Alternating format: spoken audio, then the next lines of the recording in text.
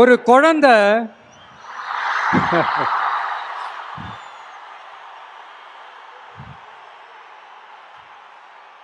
ஒரு குழந்தை முதல் அம்மான்னு சொல்றப்போ அந்த அம்மாவுக்கு ஒரு சிலிர்ப்பு ஒண்ணு வரும் பாருங்க.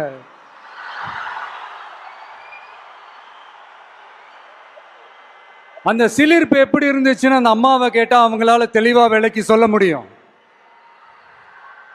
ஆனா அந்த உணர்வு எப்படி இருந்துச்சுன்னு அந்த குழந்தைய கேட்டா அந்த குழந்தை எப்படிங்க சொல்லும்? முதல்ல அந்த குழந்தைக்கு எப்படி சொல்ல தெரியும்? குழந்தைகிட்ட எதை கேட்டாலும் பால் வாசம் மாறாத வாயோட மடலை தவழ வெள்ளந்தியா சிரிக்க மட்டும்தானே தெரியும். அது உணர்ந்து அந்த சிலிர்ப்ப சிலாகிச்சு வார்த்தையில சொல்றதுக்கு அந்த குழந்தைக்கு தெரியாதுல்ல. அப்படி ஒரு உணர்வோட தான் இப்ப உங்க முன்னாடி நான் நிக்கிறேன்.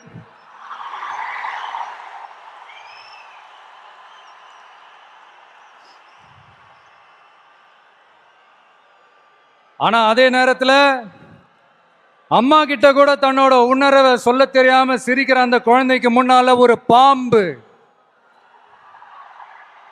வந்து படம் எடுக்குதுன்னு வைங்களேன், என்ன நடக்கும்?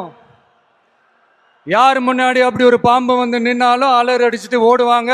பாம்பை கண்டா படையை நடுங்கும்னு ஒரு பழமொழியே இருக்கு. ஆனா அந்த குழந்தை என்ன செய்யும் தெரியுமா? தன்னோட அம்மாவை பார்த்து சிரிச்ச அதே சிரிப்போட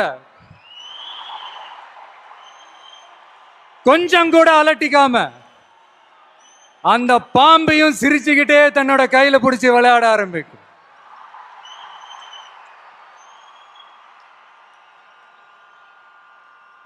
அப்ப அந்த குழந்தைக்கு பாம்பை கண்டா பயம் இல்லையான்னு ஒரு கேள்வியும் வரும். பாச உணர்வே என்னன்னு சொல்ல தெரியாது அந்த குழந்தைக்கு பயம்னா மட்டும் எப்படிங்க சொல்ல தெரியும்?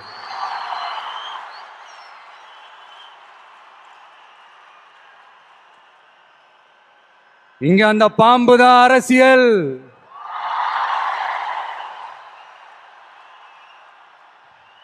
அத கையில பிடிச்சி விளையாட ஆரம்பிக்கிறது தான் உங்க உங்க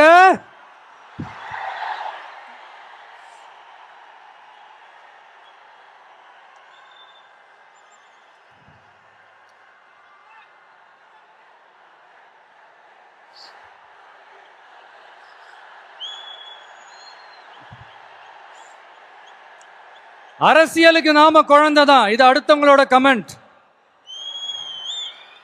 ஆனா பாம்பா இருந்தாலும் பயம் இல்லைங்கிறது தான் இங்க நம்மளோட கான்பிடன்ஸ்.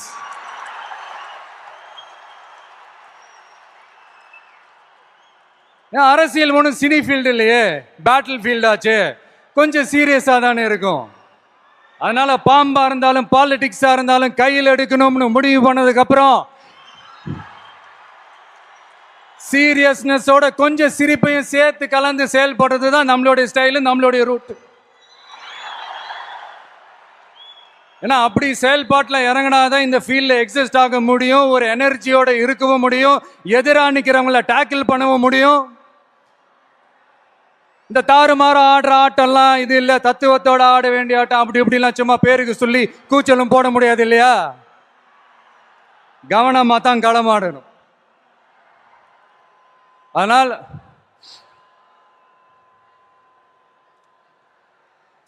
இந்த உணர்ச்சி மயமான தருணத்தில் இந்த மேடை பேச்சோட இந்த ஃபார்மேட்டையும் நான் மறந்துட்டேன். Sorry, very sorry. நம்ம கட்சியினுடைய முதல் மாநாட்டிற்கு என்னுடைய பொதுச் செயலாளர் மிஸ்டர் ஆனந்த் அவர்களே,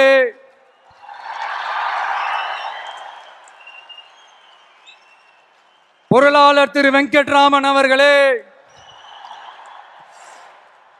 இணை கொள்கை பரப்பு செயலாளர் திருமதி தாகிரா அவர்களே, தலைமை நிலைய செயலாளர் திரு ராஜசேகர் அவர்களே. ஆமா, எதுக்குங்க இந்த அவர்களே அவர்களே இவர்களே எல்லாம்?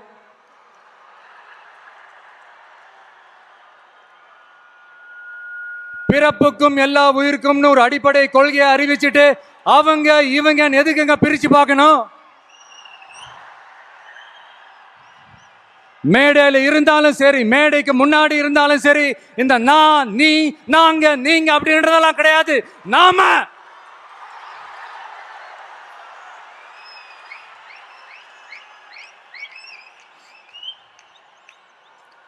இங்க யாரு மேல யாரு கீழே அப்படின்ற பாகுபாடெல்லாம் எப்போ நம்ம பார்க்க போறதே இல்லை. நம்மளை பொறுத்த வரைக்கும் நம்ம எல்லாருமே ஒண்ணுதான், நம்ம எல்லாருமே சமம் தான். அதனால என் நெஞ்சில் குடி இருக்கும்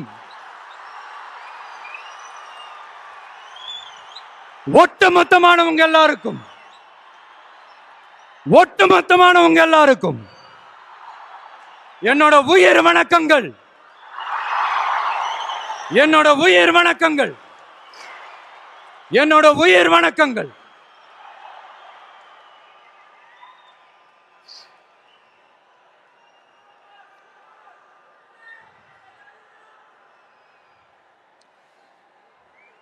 இது வரைக்கும் ஆடியோ லான்ச் மேடையில் மீட் பண்ணோம். இப்போ ஒரு அதிரடி சேஞ்ச். இப்போ நம்ம மீட் பண்றது அரசியல் மேடையில், ஒரு பொலிட்டிக்கல் ஸ்டேஜில்.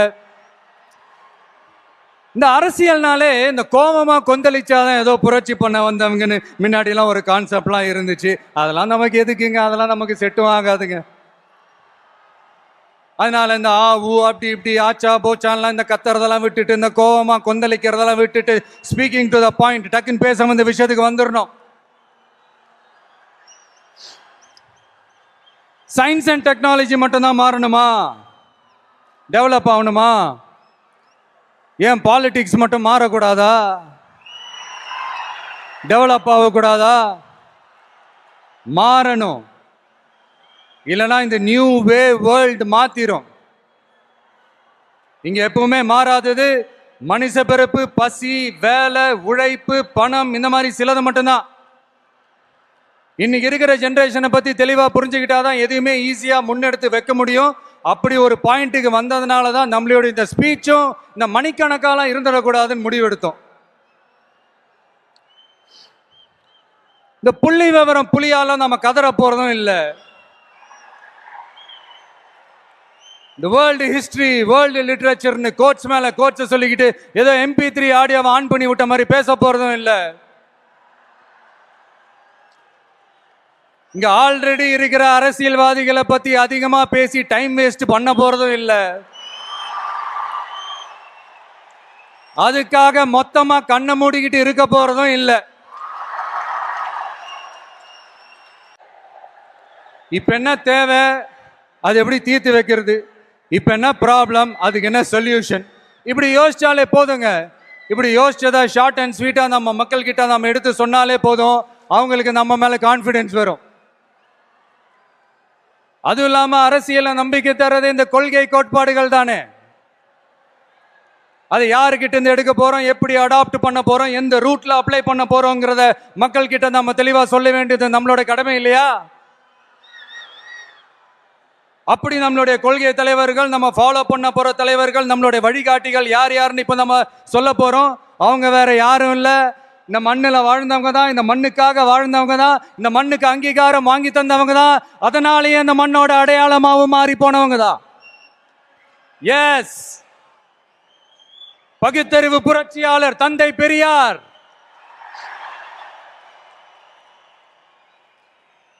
என்னது பெரியார் உங்க கொள்கை தலைவரா அப்படின்ட்டு ஒரு கூட்டம் அவங்களா ஒரு முடிவுக்கு வந்துட்டு ஒரு கூச்சல் மேல கூச்சல் போட்டுக்கிட்டு ஒரு பெயிண்ட் டப்பாவை தூக்கிட்டு கிளம்பிடுவாங்க பாருங்க. இந்த பெயிண்ட் டப்பா பிசினஸுக்கு நான் அப்புறம் வரேன். ஆமா, பெரியார் எங்க கொள்கை தலைவர். எப்படி, ஏன்? பெரியார் சொன்ன கடவுள் மறுப்பு கொள்கையை மட்டும் நாங்க கையில் எடுக்க போறதே இல்லை. எங்களுக்கு அதில் உடன்பாடும் இல்லை. யாரோட கடவுள் நம்பிக்கைக்கும் நாங்க எதிரானவங்க இல்ல.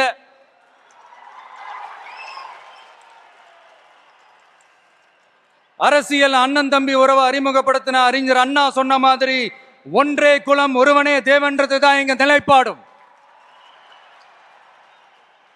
ஆனாலும் பெண் கல்வி, பெண்கள் முன்னேற்றம், சமூக சீர்திருத்தம், சமூக நீதி, பகுத்தறிவு சிந்தனை, பெரியார் சொன்னது எல்லாத்தையும் நாம முன்னெடுக்க போறோம். பெரியாருக்கு அப்புறம் எங்களுடைய கொள்கை தலைவர் பச்சை தமிழன் பெருந்தலைவர் காமராஜர். பெருந்தலைவர் காமராஜர் இந்த மண்ணில மதச்சார்பின்மைக்கும் நேர்மையான நிர்வாக செயல்பாட்டுக்கும் முன்னுதாரணமா இருக்கிறதால அவரை எங்கள் வழிகாட்டியாக ஏற்கிறோம். இந்திய துணைக்கண்டத்தின் அரசியல் சாசனத்தை ஆக்கி காட்டியவர் அண்ணல் அம்பேத்கர்.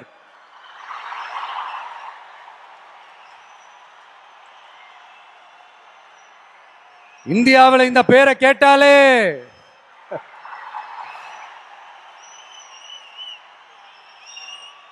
சமூகத்துல ஏற்றத்தாழ்வு ஏற்படுத்துறவங்க எல்லாம் நடுங்கி போயிடுவாங்க.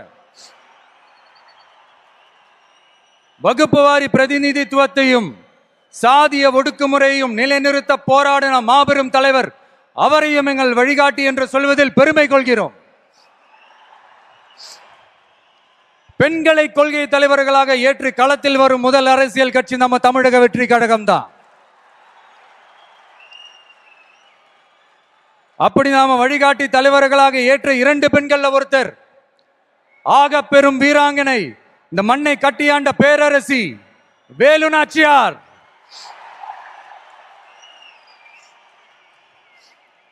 சொந்த வாழ்க்கையோட சோகத்தை கூட மறந்துட்டு இந்த மண்ணுக்காக வாளேந்தியும் வேலேந்தியும் போர்க்களம் புகுந்த ஆணை காட்டிலும் வீரமான வேகமான வீர புரட்சியாளர் தான் நம்ம Velu Nachiyar.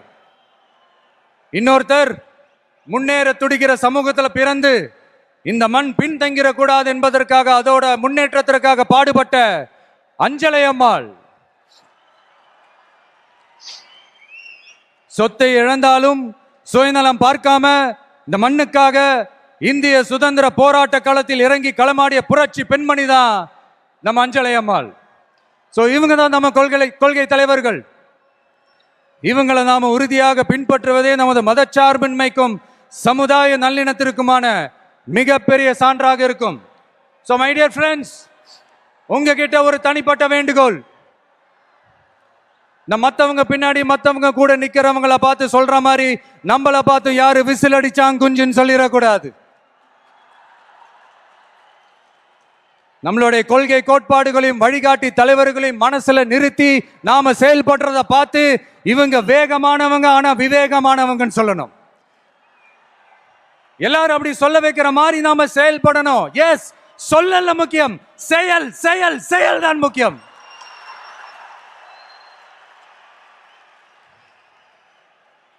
At any cost, no truce and no compromise in our political war. நம்மளோட அரசியல் போரில் கொள்கை கோட்பாடுகளில் சமரசத்துக்கோ சண்டை நிறுத்தத்துக்கோ எப்போதும் இடமில்லை. அதுக்காக நாம் இந்த வெறுப்பு அரசியல் எப்பவும் கையில் எடுக்க போறதே இல்லை. எதை நினைச்சு அரசியலுக்கு வந்திருக்கோமோ அப்படி நினைச்சத கொஞ்சம் கூட பிசிறலாம செஞ்சு முடிப்போம். அது வரைக்கும் நெருப்பா தான் இருப்போம். என்ன நண்பா, என்ன நண்பி, சாரி என்ன தோழா, என்ன தோழி,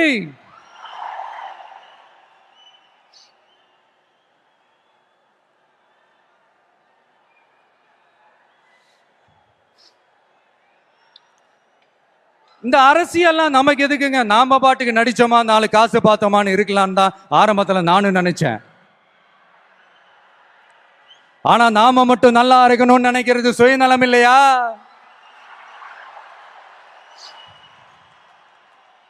நம்மளை வாழ வச்ச இந்த மக்களுக்காக நாம் எதுவும் செய்யாம இருக்கிறது நல்ல விசுவாசமா இருக்குமா? ஒரு லெவலுக்கு மேல காசு சேர்த்து என்ன செய்ய போறோம்? நமக்கு இந்த வாழ்க்கையை கொடுத்த நம்ம மக்களுக்கு நாம என்னதான் செய்ய போறோம்? இப்படிலாம் ஏகப்பட்ட கேள்விகள் மனசுக்குள்ள வந்துகிட்டே இருந்தது. இப்படி எல்லா கேள்விகளுக்கும் ஒட்டுமொத்தமா ஒரு விடையை கண்டுபிடிக்க யோசிச்சப்பதான் அரசியல் அப்படின்னு ஒரு விடை கிடைச்சு.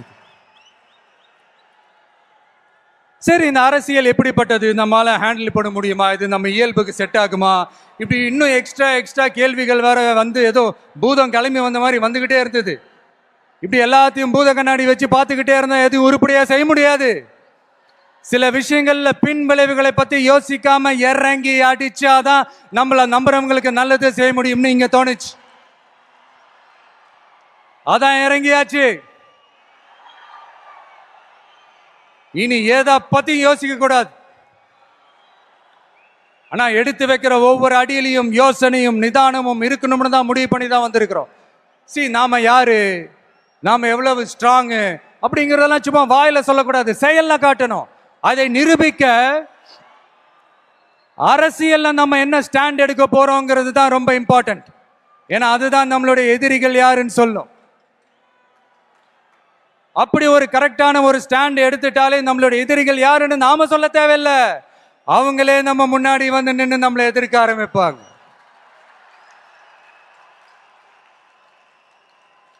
எதிரிகள் இல்லாத வெற்றி வேணும்னா இருக்கலாம், ஆனா களம் இருக்க முடியாது.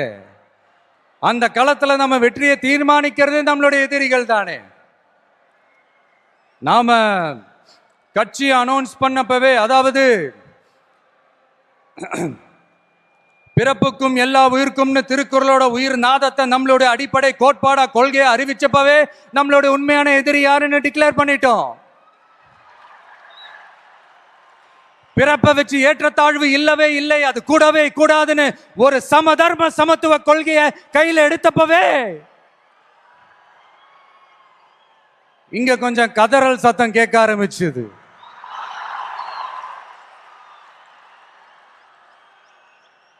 இந்த மாநாட்டில் இப்போ ஓப்பனா அறிவிச்சதுக்கு அப்புறம் அந்த கதறல் இன்னும் சத்தமா கேட்கும் நினைக்கிறேன். பார்ப்போம். நம்மளோட இந்த இயல்பான அடிப்படையான கோட்பாட்டுக்கு எதிராக இருக்கிற மாதிரி மக்களை மதம், சாதி, இனம், மொழி, பாலினம், ஏழை பணக்காரன்னு சூழ்ச்சி செய்து பிரித்து ஆளும் பிளவுவாத அரசியல் சித்தாந்தம் மட்டும்தான் நமக்கு எதிரியா? அப்படின்னா நமக்கு ஒரே ஒரு எதிரி தானா? இல்லையே, நமக்கு இன்னொரு கோட்பாடு இருக்கே. ஊழல் மலிந்த அரசியல் கலாச்சாரத்தை எதிர்க்கிறது தானே அது. அடாடாடாடா, இந்த ஊழல் இருக்கே, அது அப்படியே எல்லார் வாழ்க்கையிலையும் பழகி போய் அப்படியே வாழ்ந்துட்டு இருக்கிறோம். இது ஒரு வைரஸ் மாதிரி அப்படியே பரவி கிடக்கு. இது எந்த அளவுக்கு 100% ஒழிக்க முடியுமான்னு எனக்கு தெரியல. பட் வேற வழி இல்லை, அதை ஒழிச்சுதான் ஆகணும். அது வேற கதை, அதுக்கு நம்ம அப்புறமா வருவோம். அதாவது என்ன சொல்ல வந்தேன்னா, இந்த பிளவுவாத சக்திகள் கூட நம்ம ஈஸியா யாருன்னு கண்டுபிடிச்சிடலாம். ஏன்னா அது ஒரு மதம் பிடிச்ச யானை மாதிரி. அது பண்ற அராஜகத்திலே ஆபியஸா நம்ம கண்ணுக்கு தெரிஞ்சிடும். அதுவும் இல்லாம அதுவே அதை காட்டியும் கொடுத்துரும். ஆனா இந்த கரப்ஷன் இருக்கே, அது எங்க ஒளிஞ்சிருக்கு, எப்படி ஒளிஞ்சிருக்கு, எந்த ஃபார்ம்ல ஒளிஞ்சிருக்கு கண்டுபிடிக்கவே முடியாது. கருத்தியல் பேசி கொள்கை நாடகம் போடும், கலாச்சார பாதுகாப்பு வேஷமும் போடும். அதுக்கு முகமே இருக்காது, முகமுடி தான் இருக்கும். முகமுடி தான் முகமே. இப்படி முகமுடி போட்ட கரப்ஷன் கபடதாரிகள் தான் இப்ப நம்ம கூடவே இருந்துகிட்டு இப்போ இங்க நம்மள ஆண்டுகிட்டு இருக்காங்க. எஸ், ஐ ரிப்பீட், நம்மளுடைய ஒரு எதிரி பிளவுவாத சக்திகள், நம்மளுடைய இன்னொரு எதிரி இந்த கரப்ஷன் கபடதாரிகள். நம்ம மக்களுக்கு தெளிவா தெரியும் யார் இங்க வரணும், யார் இங்க வரவே கூடாது. ஏன்னா இது மதச்சார்பின்மை பேசுற தமிழ்நாட்டு மண்.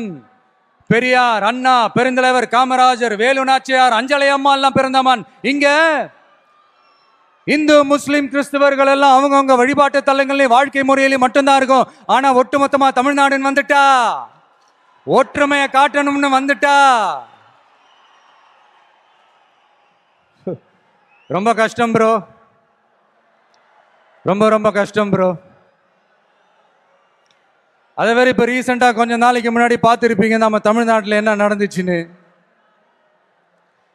இங்கே சாதி இருக்கும், ஆனால் சைலண்டாக மட்டும்தான் இருக்கும். சமூக நீதிக்கான அளவுகோலாக மட்டுமே தான் அது இருக்கும். அதை வச்சு நம்ம மண்ணை வேற மாதிரி மாற்றணும்னு யார் என்ன ட்ரை பண்ணாலும் அது நம்ம மக்களே அனுமதிக்க மாட்டாங்க. ஏன்னா இந்த மண்ணில் அது பொலிட்டிக்கல் அப்ரூவ் ஆன ஒரு தியரி அண்ட் கான்செப்ட். சரிப்பா, உன்னோட எதிரிகள் யாருன்னு சொல்லிட்டா மட்டும் போதுமா? அதுதான் உன்னோட அரசியலான்னு கேட்டா இல்ல. மகத்தான அரசியல்னா அது மக்களுக்கான அரசியல் தான். மக்களோட மக்களா, அவங்கள ஒருத்தனா, அவங்களுக்கான ஒருத்தனா, எப்பவும் மாறவே மாறாத அந்த குணத்தோட மனசோட களத்துல நிக்கிறது தான் எங்களோட நிரந்தர அரசியல் பாதை. எக்ஸாம் எழுதின உடனே ரிசல்ட் வர்ற மாதிரி நல்ல ரிசல்ட் கொடுக்கிற திட்டங்களை தீட்டணும், அது முறையை அமல்படுத்தணும், அது போய் மக்கள் கிட்ட போய் சேரணும். போய் சேர்ந்துச்சான்னு பார்த்துக்கிட்டே இருக்கணும். சோறு சாப்பிட்டாதாங்க பசியாரும், சோறுன்ற வார்த்தையை சொல்றதெல்லாம் பசியாராது. மக்களுக்காக நம்ம கொண்டு வர பிளான்ஸ் எல்லாம் பிராக்டிக்கலா ஒர்க் அவுட் ஆகிற பிளான்ஸா இருக்கணும். சும்மா இந்த உதார விடுற பிளான்ஸ் எல்லாம் இருக்கவே கூடாது. இந்த மீன் பிடிச்சு கொடுக்க கூடாது, அது தப்பு. மீன் பிடிக்க கத்து கொடுக்கணும், அதுதான் சரி. அப்படி இப்படின்ட்டு சில பேர் சொல்லிக்கிட்டு சுத்துவாங்க. ஆனா நாங்களாம் அப்படி இல்லைங்க. கான்செப்டே வேற, பக்கா பிராக்டிக்கல் தாங்க. முடிஞ்சவங்க மீன் பிடிக்க கத்துக்கிட்டு வாழட்டும், முடியாதவங்களுக்கு நாம மீன் பிடிச்சு கொடுத்து அவங்கள வாழ வைப்போம்.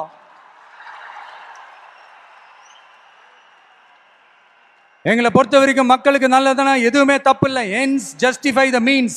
எங்கள் இலக்குகளே எங்கள் வழிகளை தீர்மானிக்கின்றன. பில்டிங்கும் ஸ்ட்ராங், பேஸ்மெண்ட்டும் ஸ்ட்ராங் என்ற பொலிட்டிக்கல் கிளாரிட்டி தான், அரசியல் தெளிவு தான் எங்களுடைய நிர்வாக செயல்முறையா இருக்கும். எங்களோட இந்த அரசியல் கொள்கை நிலைப்பாடு எல்லாமே யதார்த்தமானதா இருக்கணும். இந்த ஆல்டர்னேட் பாலிடிக்ஸ், ஆல்டர்னேட் ஃபோர்ஸ், மாற்று அரசியல், மாற்று சக்தி, இந்த மாதிரி ஏமாத்துற வேலையெல்லாம் நாம எப்போ செய்ய போறதே இல்லை. இங்க ஏற்கனவே இருக்கிற அரசியல் கட்சிகள்ல 10ஓட 11 இன்னும் ஒரு மாற்று சக்தின்னு சொல்லிக்கிட்டு இந்த எக்ஸ்ட்ரா லக்கேஜாலாம் நான் இங்க வரல ப்ரோ.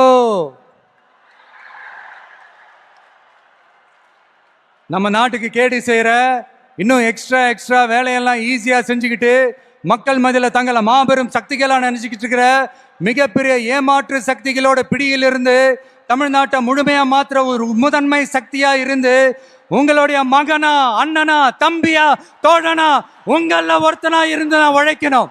இதான் என்னோட டார்கெட்டும்.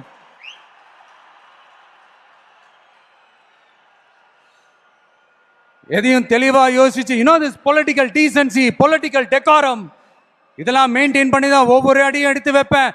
ஒரு முடிவோட தான் வந்திருக்கேன். இனிமே நோ லுக்கிங் பேக்.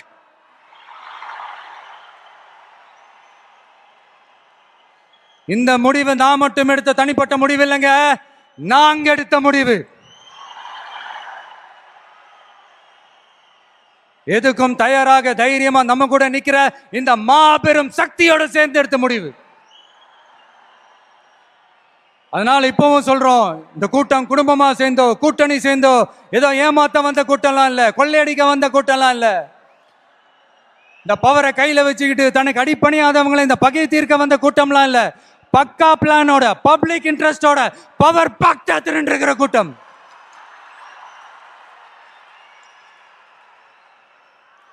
இது ஏதோ சோசியல் மீடியாவில் கம்பு சுத்தம் வந்த கூட்டம்லாம் நினைச்சிடாதீங்க. சொசைட்டிக்காக வாழேந்தி நிற்க போற கூட்டம், நம்ம மண்ணை வாழ வைக்கிறதுக்காக அரசியல் வாழேந்தி நிற்க போற கூட்டம். Yes, this is a mass gathering, not for cash, but for a good cause.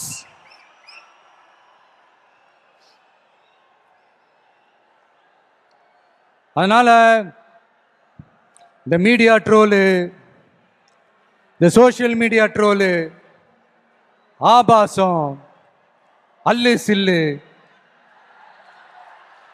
இதெல்லாம் வச்சு இந்த அவதூறு பரப்புறது, என்ன இந்த பயாஸ்கோப்லாம் காட்டுறது,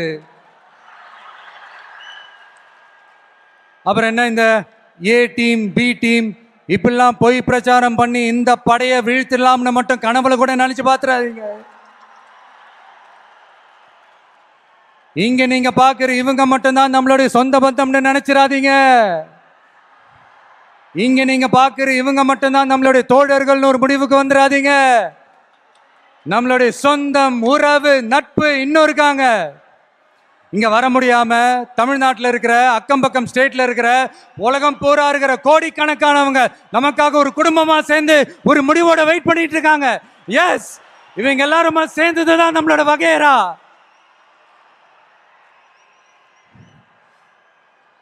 இங்க யாராச்சும் வந்துட மாட்டாங்களா, ஏதாச்சும் நல்லது செஞ்சிட மாட்டாங்களா அப்படின்னு ஒவ்வொரு நாளும் நம்மளுடைய தமிழ்நாட்டை பத்தி, அதோட வளர்ச்சியை பத்தி ஒரு ஏக்கத்தோட இருக்கிற நம்மள, நம்ம மக்களை, இந்த ஏமாத்துற இந்த கரப்ஷன் கபடதாரிகளை ஜனநாயக போர்க்களத்துல நாம சந்திக்கிற நாள் வெகு தூரத்துல இல்லைங்க. இப்போ இப்படின்றதுக்குள்ள வந்துடும்.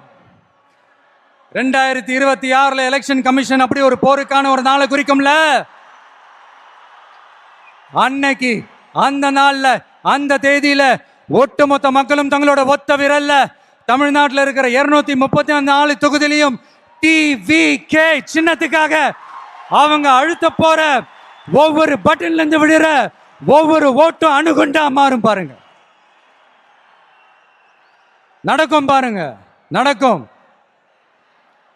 இங்க ஒரு கூட்டம்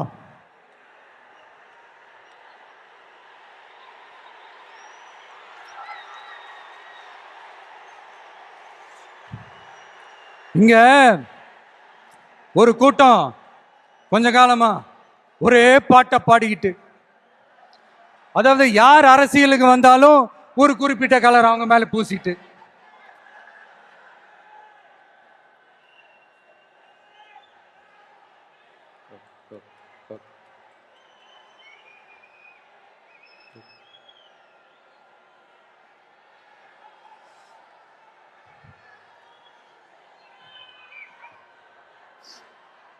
இங்க ஒரு கூட்டம் கொஞ்ச காலமா ஒரே பாட்டை பாடிக்கிட்டு, அதாவது யார் அரசியலுக்கு வந்தாலும் ஒரு குறிப்பிட்ட கலர் அவங்க மேல பூசிட்டு, இந்த பூச்சாண்டி காட்டிக்கிட்டு, இந்த மக்களை ஏமாத்திக்கிட்டு, ஆனா இவங்க மட்டும் இந்த அண்டர் கிரவுண்ட் டீலிங்லாம் போட்டுக்கிட்டு, இந்த தேர்தல் நேரத்தில் இந்த அறிக்கை சவுண்டெல்லாம் விட்டுக்கிட்டு, இவங்களுக்கு எப்ப பார்த்தாலும் இந்த ஃபாசிசம் ஃபாசிசம் ஃபாசிசம் அவ்வளவுதான். ஒற்றுமையா இருக்கிற நம்ம மக்கள் மத்தியில் இந்த சிறுபான்மை பெரும்பான்மைன்னு ஒரு பிரிவினை பயத்தை காட்டி ஒரு ஃபுல் டைம் சீனை போடுறது ஒரு வேலையா போச்சு. இல்லை, நான் தெரியாம தான் கேட்குறேன், அவங்க ஃபாசிசம்னா நீங்க என்ன பாயாசமா?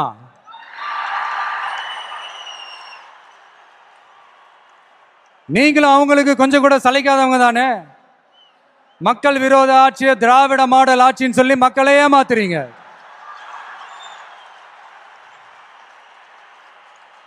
அதனால இனிமே உங்களை எதிர்க்கிறவங்களுக்கு இந்த கலரை பூசுறது அந்த கலரை பூசுறதுன்னு என்னதான் நீங்க அந்த மோடி மஸ்தான் வேலையை செஞ்சாலும் ஒண்ணு நடக்க போறது. நாங்க இப்பவும் சொல்றோம், எங்களோட இந்த டிவி கேட்கலாம் நாங்க டிசைட் பண்ணிருக்கிற இந்த கலரை தவிர வேற யாரை எந்த கலரும் அடிக்கவே முடியாது. ஏன்னா எங்க கோட்பாடே பிறப்பால் அனைவரும் சமம் அப்படிங்கிறது. இது யாருக்கு நேர் எதிரான கோட்பாடு நான் சொல்லியாங்க உங்களுக்கு தெரியணும். எனவே இந்த நாட்டையை பாழ்படுத்துற பிளவுவாத அரசியல் செய்யறவங்க தான் தமிழக வெற்றி கழகத்தோட ஒரே முழு முதல் கொள்கை எதிரி, ஐடியாலஜிக்கல் எனிமி. அடுத்து திராவிட மாடல்னு சொல்லிக்கிட்டு தந்தை பெரியார் பேரறிஞர் அண்ணா பேரை வச்சு தமிழ்நாட்டை சுரண்டி கொள்ளையடிக்கிற ஒரு குடும்ப சுயநல கூட்டம் தான் நம்மளோட அடுத்த எதிரி, அரசியல் எதிரி, பொலிட்டிக்கல் எனிமி.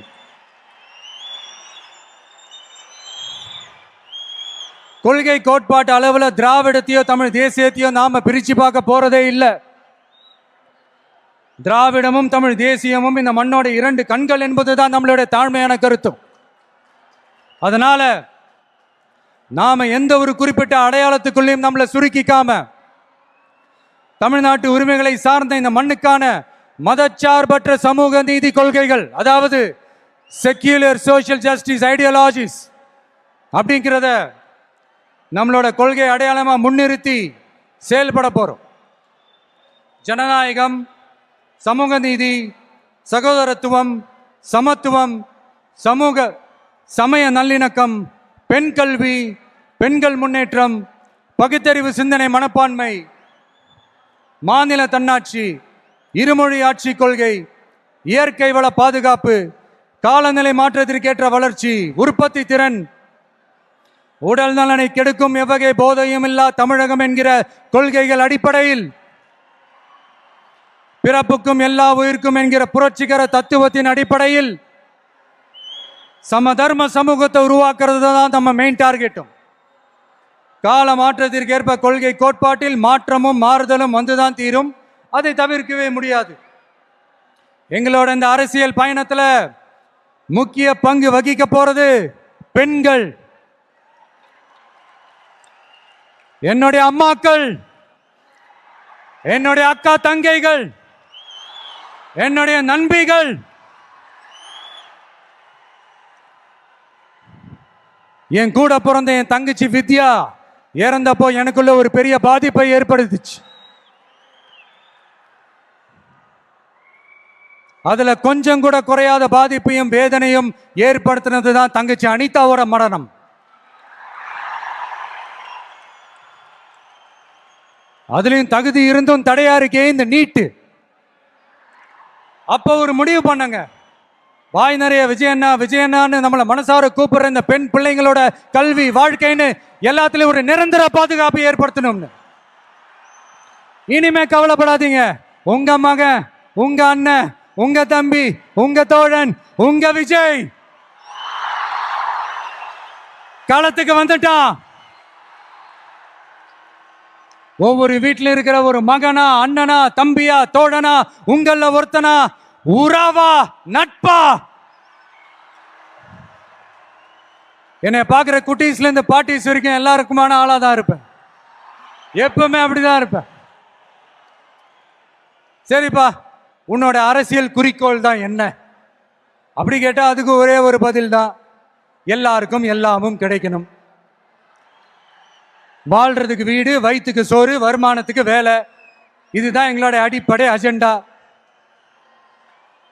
இந்த மூணுத்துக்கும் உத்தரவாதம் கொடுக்க முடியாத கவர்மெண்ட் இருந்தா என்ன, போனா என்ன?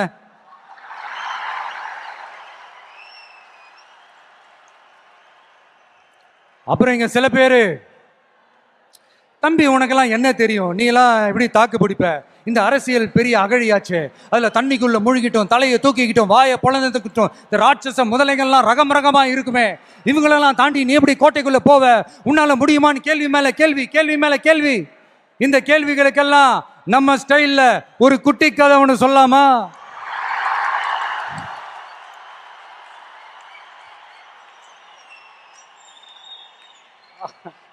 ஆனா இது ஆடியோ லான்ச் ஃபங்க்ஷன்ல சொல்ற மாதிரி இந்த மோட்டிவேஷனல் கதைலாம் கிடையாது. நம்மளுடைய ஸ்டாண்ட் என்ன, நம்ம எடுக்க போற டிசிஷன் என்னன்னு டெலிபரேட்டா சொல்ல போற கதை. சரிங்களா? ஒரு நாட்டில் ஒரு பெரிய போர் வந்துச்சான். அப்ப அந்த நாட்டில் இந்த பவர்ஃபுல்லான தலைமை இல்லாம போனதுனால ஒரு பச்சை புள்ள கையில தான் அந்த பொறுப்பு இருந்துச்சான். அதனால அந்த நாட்டில் இருந்த அந்த பெருந்தலைகள்லாம் ரொம்ப பயந்துகிட்டு இருந்தாங்களாம். அந்த சின்ன பையன் அந்த நாட்டோட படையை நடத்துகிற பொறுப்பை ஏற்றுக்கிட்டு போர்க்களம் போகலாம்னு சொன்னானா.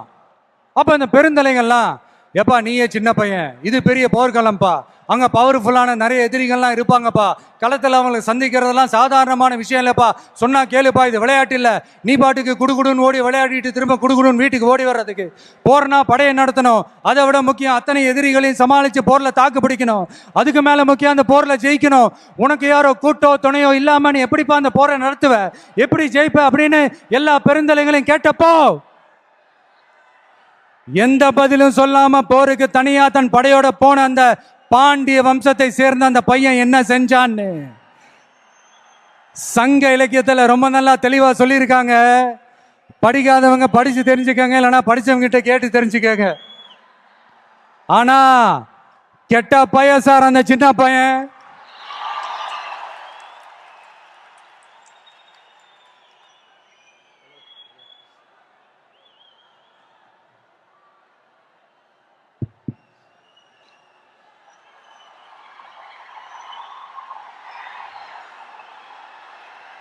இதுவரைக்கும்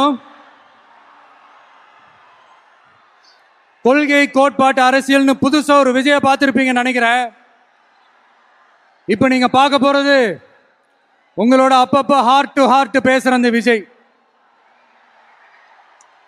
என்னதான் நீங்க என்ன தளபதி தளபதின்னு ஆசையா கூப்பிட்டாலும் இந்த கூத்தாடி கூத்தாடின்னு சொல்றாங்களே அந்த விஜய்.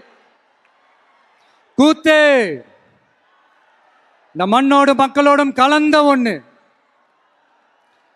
இந்த கூத்தாடின்ற பேர் ஏதோ நமக்கு மட்டும் வந்தது இல்லைங்க. அன்னைக்கு தமிழ்நாட்டில் நம்ம ஊரு வாத்தியார் எம்ஜிஆரையும், ஆந்திராவில் அவங்க ஊரு வாத்தியார் என்டிஆரையும், அவங்க கட்சி ஆரம்பிச்சப்பவே இதே மாதிரிதான் கூத்தாடி கூத்தாடின்னு தான் கூப்பாடு போட்டாங்க. அவங்களுக்கே அப்படி கூப்பிடும் போது நம்மளை கூப்பிடாமலா இருப்பாங்க? ஆனா அந்த ரெண்டு கூத்தாடி தாங்க அந்த ரெண்டு மாநிலத்தோட ஆக பெரும் தலைவர்களாகி இன்னைக்கும் மக்கள் மனசுல ஒரு நீங்கா ஒரு புகழோட வாழ்ந்துட்டு இருக்கிறாங்க. சினிமானா என்ன, வெறும் டான்ஸ் பாட்டு ஃபைட்டு காமெடி என்டர்டெயின்மெண்ட் மட்டும் தானா? தமிழரோட கலை இலக்கியம் வாழ்வியல் பண்பாடு தாங்க சினிமா. என்டர்டெயின்மெண்ட் காரணத்தையும் தாண்டி சமூக அரசியல் புரட்சிக்கு உதவின ஒரு பவர்ஃபுல் டூல் தாங்க சினிமா. திராவிட இயக்கம் போய் பட்டி தொட்டியெல்லாம் போய் ரீச் ஆனதே, போய் வளர்ந்ததே சினிமா வச்சுதான். இல்லை நான் தெரியாம தான் கேட்கிறேன், கூத்தாடினா என்ன ஏதாவது கேவலமான ஒரு பேரா, இல்லை கெட்ட வார்த்தையா? கூத்து அது சாதாரண வார்த்தை இல்லை. ஏன்னா கூத்து சத்தியத்தை பேசும், சாத்தியத்தை பேசும், கொள்கையை பேசும், கோட்பாட்டை பேசும், கோபத்தை பேசும், சோகத்தை பேசும், அரசியலை பேசும், அறிவியலை பேசும், நல்லதை பேசும், உள்ளதை பேசும், உண்மையை பேசும், உணர்வோட பேசும். இதெல்லாத்தையும் கொஞ்சம் கூட சோர்வு இல்லாம கொண்டாட்டமா பேசும். கூத்து ஒரு கொண்டாட்டம்னா கூத்தாடி அந்த கொண்டாட்டத்தோட குறியீடு. கூத்தாடி உள்ள இருக்கிற அந்த கோபத்தையும் சோகத்தையும் யாராலையும் தெரிஞ்சுக்க முடியாது, புரிஞ்சுக்க முடியாது. அவனுக்குள்ள இருக்கிற அந்த கோபம் கொப்பளிச்சதுன்னா யாராலையும் அவனை கண்ட்ரோல் பண்ணவும் முடியாது. அவன் நினைச்சதை செஞ்சு முடிக்கிற வரைக்கும் நெருப்பு மாதிரிதான் இருப்பான். அதனாலதான் குறியீடா மாறின கூத்தாடியை பார்த்தா மக்கள் கூட்டம் கைத்தட்டும், கண்கலங்கும். காரணம் வேற ஒன்றும் இல்லை, அவன் நம்மள மாதிரியே இருக்கிறானே, நமக்கான ஆளா இருக்கிறானே, நாம நினைச்சதை பேசுறானே, நமக்காக பேசுறானே அப்படின்ற அந்த கனெக்ட் தான் கூத்தாடிய மக்கள் கொண்டாட காரணம். அன்னைக்கு கூத்து, இன்னைக்கு சினிமா, அவ்வளவுதான். ஆரம்பத்துல நாமளும் இந்த சினிமா இந்த ஃபீல்டுக்கு வந்தப்போ மூஞ்சி சரியில்லை, ஆளு சரியில்லை, அழகு சரியில்லை, முடி சரியில்லை, நட சரியில்லை, உட சரியில்லைன்னுக்கிட்டு இப்படியெல்லாம் அசிங்கப்படுத்தினாங்க, அவமானப்படுத்தினாங்க. ஆனா கொஞ்சம் கூட கலங்காம ஒவ்வொரு வாய்ப்புக்காகவும் ஒவ்வொரு சூழலுக்காகவும் காத்திருந்து சுத்தி சுழண்டு உழைச்சி மேல வந்தவன் தான் இந்த கூத்தாடி. அப்ப கூட உழைப்பு மட்டும்தாங்க என்னோடது. அதன் மூலமா எனக்கு கிடைச்ச மத்த எல்லாத்துக்கும் காரணம் நான் இல்லை.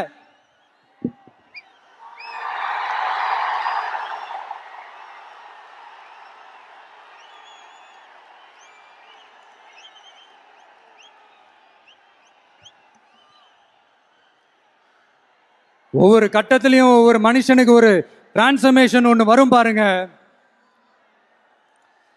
ஒரு சாதாரண இளைஞனா இருந்த ஒரு விஜய் நடிகனா மாறினா, அந்த நடிகன் வெற்றி பெற்ற நடிகனா மாறினா, அந்த வெற்றி பெற்ற நடிகன் ஒரு பொறுப்புள்ள மனுஷனா மாறினா, அந்த பொறுப்புள்ள மனுஷன் அதுக்கப்புறம் ஒரு பொறுப்பான தலைவனா இல்ல தொண்டனா மாறினா.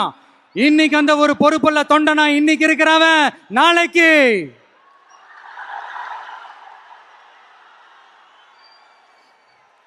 அத நான் சொல்ல தேவையில்லைன்னு நினைக்கிறேன்.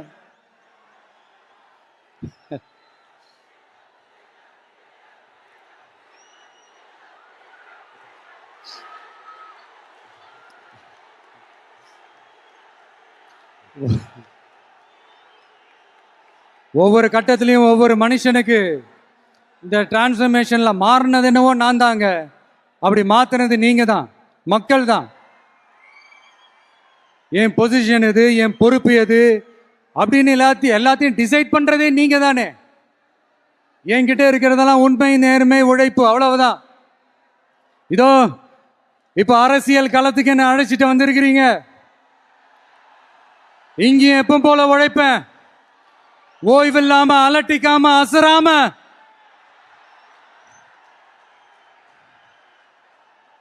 அதுக்கான ரிசல்ட் எல்லாமே உங்க ஒவ்வொருத்தரோட கை விரல்லையும் இருக்கும் போது எனக்கு என்னங்க கவலை.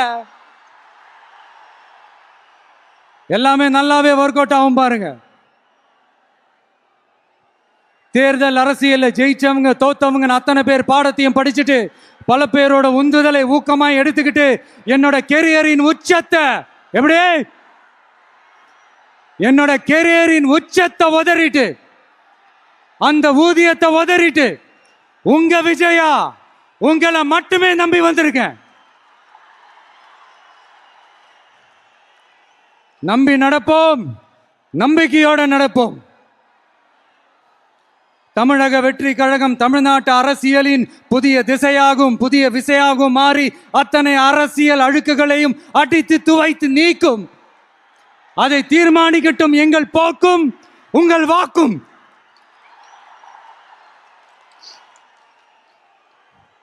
தமிழ்நாட்டின் வெற்றிக்காக புதியதோர் விதி ஒன்றை புதுமையாய் நாம் செய்வோம். நீங்க தான் எனக்கு எல்லாமே. அதை எப்பவுமே மனசுல வச்சுக்கிட்டு எந்த வேலையும் செய்யுங்க. மாநாடு முடிஞ்சு திரும்ப ஊருக்கு போறப்போ எல்லாருமா பார்த்து பத்திரமா பாதுகாப்பா போயிட்டு வாங்க. அடுத்தடுத்த களங்களையும் அடுத்தடுத்த நிகழ்வுகளையும் சந்திப்போம். ஒரே நிமிஷம்.